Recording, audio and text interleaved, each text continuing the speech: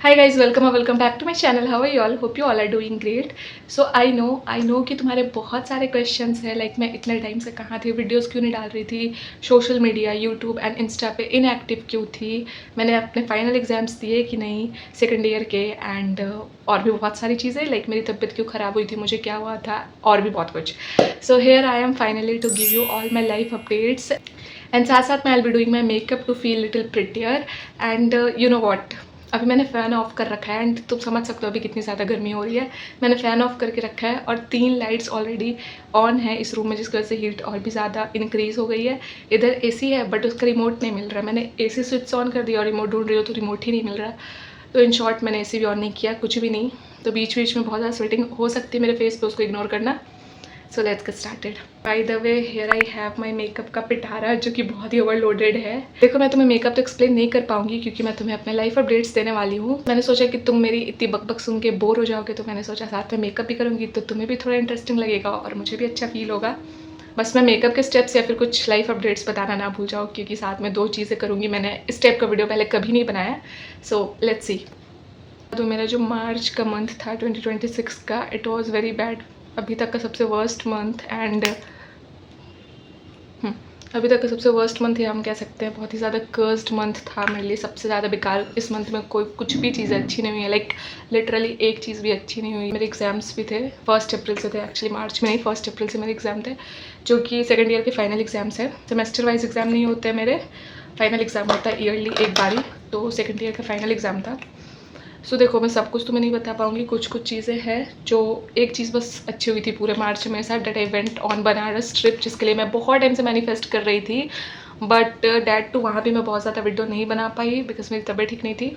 थोड़ी बहुत, लाइक उस टाइम से स्टार्ट हुआ था थोड़ा ख़राब होना मेरी तबीयत। सो स्टार्टिंग से बताती हूँ, मुझे तो खुद समझ में नहीं आ रहा कि कहाँ से स्टार्ट करूँ, बट ठीक है, जितना मुझे याद आता जाएगा सब कुछ बताती हूँ तुम्हें। मैं आई थिंक 12 या फिर 13 मार्च को ना बनारस गई थी और 16 के अराउंड अपने घर आई थी। सो 17, 18, 19 3 दिन सब कुछ ठीक था, like very normal.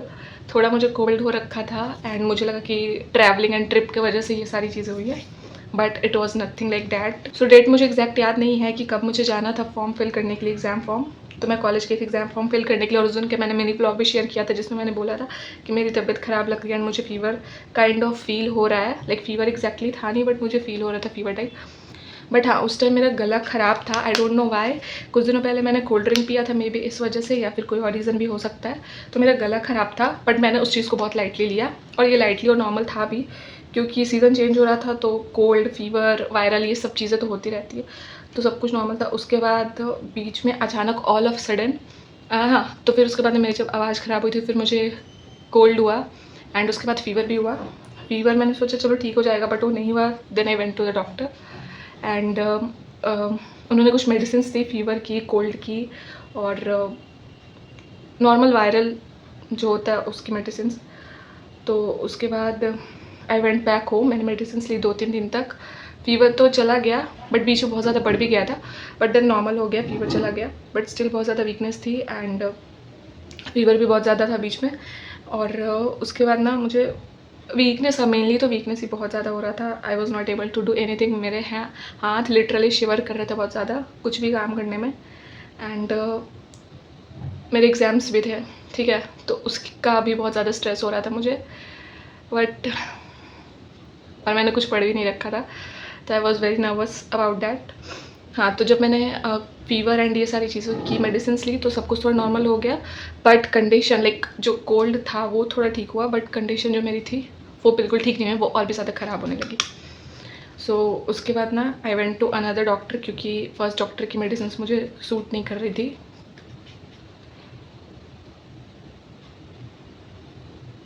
So I went to another doctor and वहाँ पे I got to know the reason कि ये क्यों हो रहा है।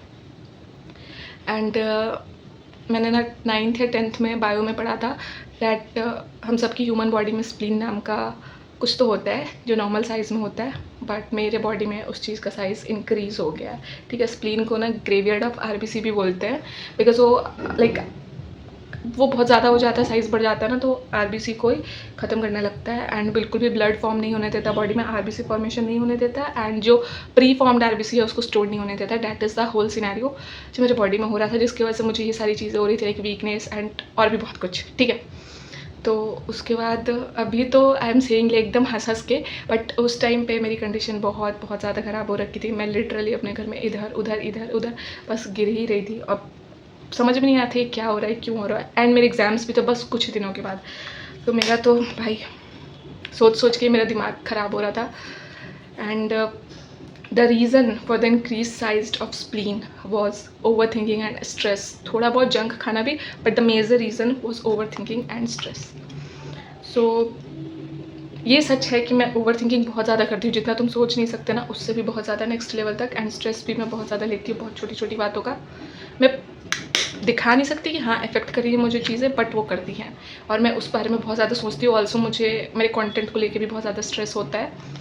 तो ठीक है, फिर उसके बाद ना फिर मैं घर आ गई और 2-3 दिन तक मेडिसिन, और एंड डॉक्टर ने ये सजेस्ट किया था कि जिसकी वजह से कि क्योंकि स्प्लीन ब्लड फॉर्मेशन होने नहीं दे रहा था एंड प्री फॉर्म ब्लड को लाइक डिस्ट्रॉय कर रहा था, तो उसकी वजह से haemoglobin level in the body, like RBC blood जिसको हम बोलते हैं, वो बहुत ज़्यादा कम हो गया था मेरे बॉडी में। एंड जब मैं डॉक्टर के पास गई थी ना, मुझे बहुत सारे टेस्ट लिखे थे, बहुत सारे, जिसकी वजह से मुझे काफ़ी सारे इंजेक्शंस लेने पड़े। मैं साइड में फ़ोटो अटैच कर दूँगी इफ़ आई हैव एनी। तो फिर मेरे सारे टेस्ट हुई, रिपोर्ट्स आई एंड उसमें पता चला कि हेमोग्लोबिन लेवल काफ़ी ज़्यादा कम है। तो डॉक्टर ने ये सजेस्ट किया कि मुझे हेमोग्लोबिन लेना होगा, लाइक मुझे ब्लड ट्रांसफ्यूज़न कराना होगा। बट मेरा ब्लड ग्रुप ए पॉजिटिव है एंड मेरे फैमिली में ए पॉजिटिव किसी का भी नहीं है। मेरे पापा एंड मेरे भाई का बी पॉजिटिव है एंड मेरी मम्मा एंड मेरे छोटे भाई का ए बी पॉजिटिव है, ए बी नेगेटिव है। मुझे एग्जैक्ट नहीं पता, बट हाँ सिमिलर नहीं था किसी का भी। तो हमें डोनर चाहिए था, बट डोनर मिल नहीं रहा था, जिसकी वजह से 3-4 दिन और डिले हो गया। उसके वजह से मेरी कंडीशन और भी ज़्यादा ख़राब हो गई।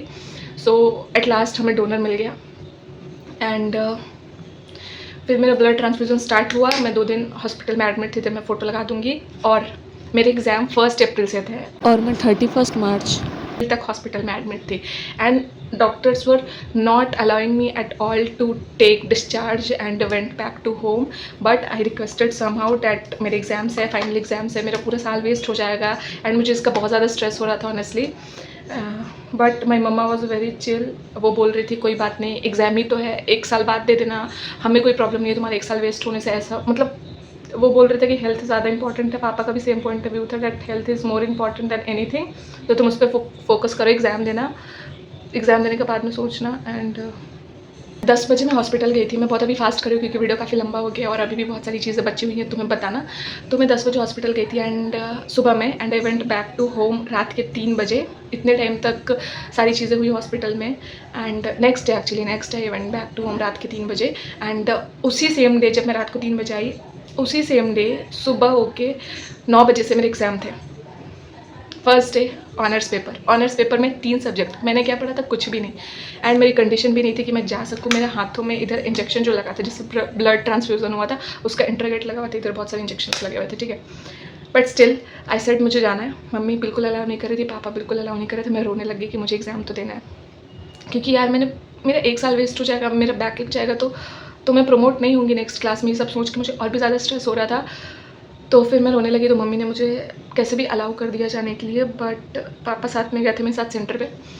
3 घंटे मेरा एग्ज़ाम चला था, पूरे 3 घंटे पापा वहीं पे बैठे हुए थे बगल वाले रूम में, नारियल पानी लेके। एक्चुअली एग्ज़ाम के पहले उन्होंने मुझे पिलाया एंड बीच में भी पूछा था, बट मेरा मन नहीं था पीने का।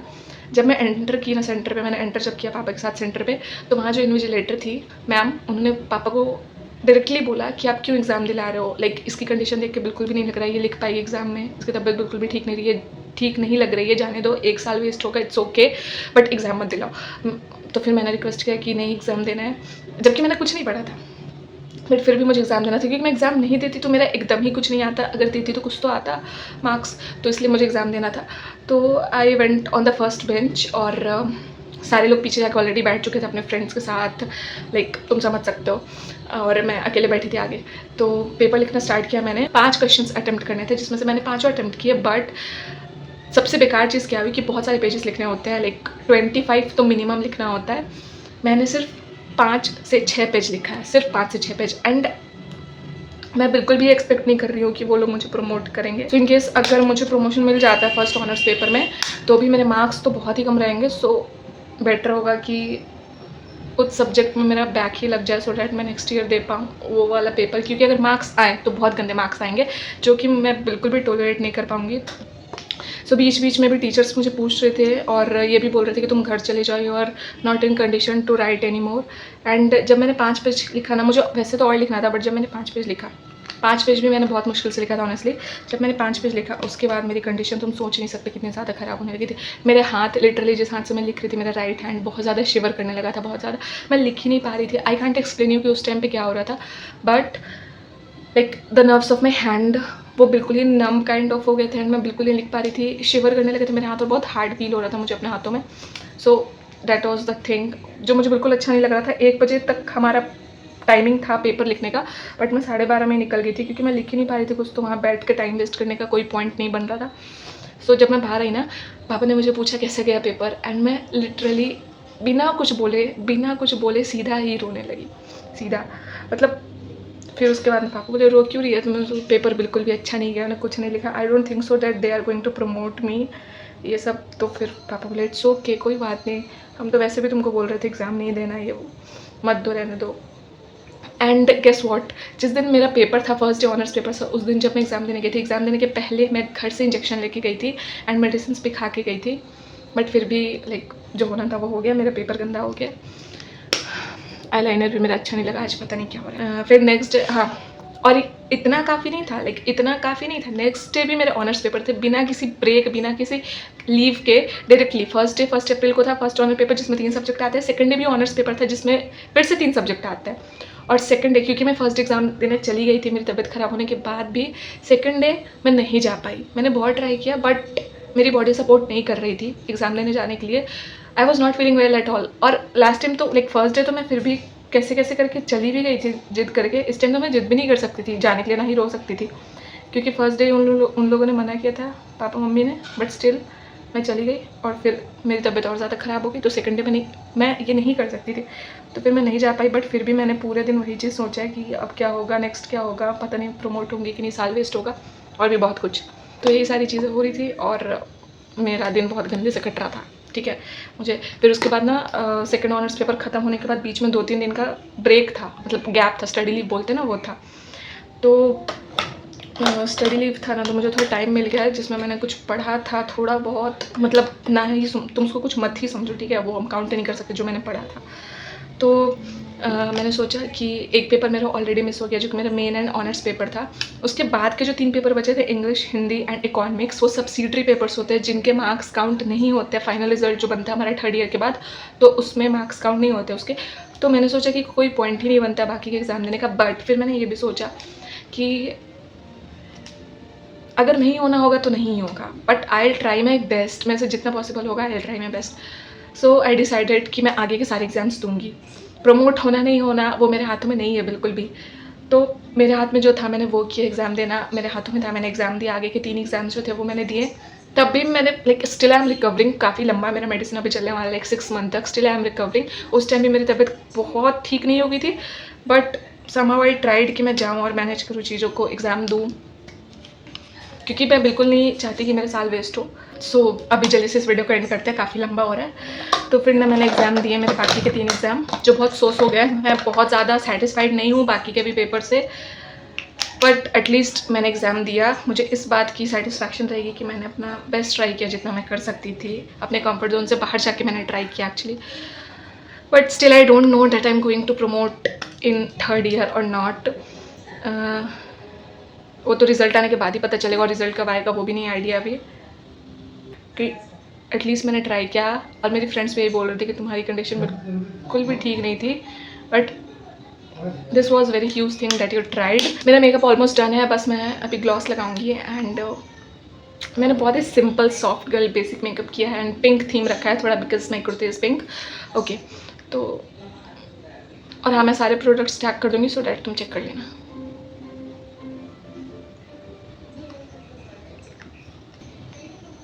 ना it's time to end the video, जल्दी से तुम्हें बताती हूँ। सो मैंने बाकी के पेपर दे दिए हैं, and the whole thing is this कि अभी just I am waiting for my results. तभी मुझे पता चल पाएगा कि मैं थर्ड ईयर में प्रमोट हुई हूँ कि नहीं। आई डोंट नो कि मेरी लाइफ क्या है, गॉड ने क्या प्लान कर रखा है मेरे लिए, व्हाट्स माई डेस्टिनी। मैं थर्ड ईयर में प्रमोट होने वाली हूँ या नहीं होने वाली हूँ, या मेरा 1 साल वेस्ट हो जाएगा, मुझे कुछ नहीं पता। But I just hope so कि मैं नेक्स्ट ईयर प्रमोट हो जाऊँ। And I am just expecting support from you guys कि मैं सेकेंड ईयर में लाइक थर्ड ईयर में प्रमोट हूँ या सेकेंड ईयर में ही रह जाऊँ, कुछ भी हो। I am just expecting that you guys are going to support me no matter what. Not only this, मेरे नानी घर से भी ना, मेरे मामा मामी एंड इवन माई नानू एवरीवन वाज टेलिंग कि there is no need to give exam, कोई तुम्हें कुछ भी नहीं बोलेगा, no one is going to जज यू, बस तुम अपने हेल्थ पे फोकस करो एंड रिकवर करो, ये सारी चीज़ें। So that's the whole thing and I don't know कि आगे क्या होने वाला है, but don't worry, I will be sharing each and every thing, all the life updates of mind, सब कुछ रिजल्ट आने के बाद का थिंग, क्या हुआ क्या नहीं हुआ, सब कुछ तुम्हें बताऊँगी। So stay tune for that and yeah that's it, thanks for watching. अभी still I am recovering and मेरी मेडिसिन अभी काफ़ी लंबी चलने वाली है। एंड मैंने बहुत टाइम से जंक भी नहीं खाया, लेकिन मैंने मोमोज काफ़ी टाइम से नहीं खाया है, अब तो मेरा वैसे मन भी नहीं हो रहा इतना खाने का। सो आई डोंट नो। एंड मुझे ना लिटरली लगातार 15 डेज तक इंजेक्शन लगते रहे हर एक दिन। And I can't explain you how painful the whole process was, everything. And मैं कभी हॉस्पिटल में इतने टाइम तक नहीं रही थी, वो बहुत ही अलग इन्वायरमेंट होता है, और बहुत ओवर थिंकिंग कर रही थी मैं उस टाइम भी। सो या मार्च का month was not good at all, it was very very worst and very cursed month for me. कुछ भी अच्छा नहीं हुआ, और भी बहुत सारी चीज़ें बेकार बेकार हुई थी, but I don't want to share any negative thing that happen in my life with you guys. I just want to share my positivity, my positive energy with you guys. So I never share the ups and downs or the low things that are happening in my life. I never share because I never want you guys to feel bad or anything like that. So I just share अच्छी चीज़ें so that you also feel very nice. So that's the whole thing. और भी बहुत सारी बेकार चीज़ें हुई थी, बट ठीक है यार, it's life and that's life, होते रहती चीज़ें। And but at lastly I just want to say कि सब कुछ जो भी तुम्हारी लाइफ में होता है वो अच्छा हो तुम्हारे साथ या ना हो, but each and every thing teaches you a lesson that you are going to remember for the whole life. And या ऐसे ही कुछ हुआ मेरे साथ भी। चलो ठीक है, I will see you guys in the next video, stay tuned and thanks for watching, bye.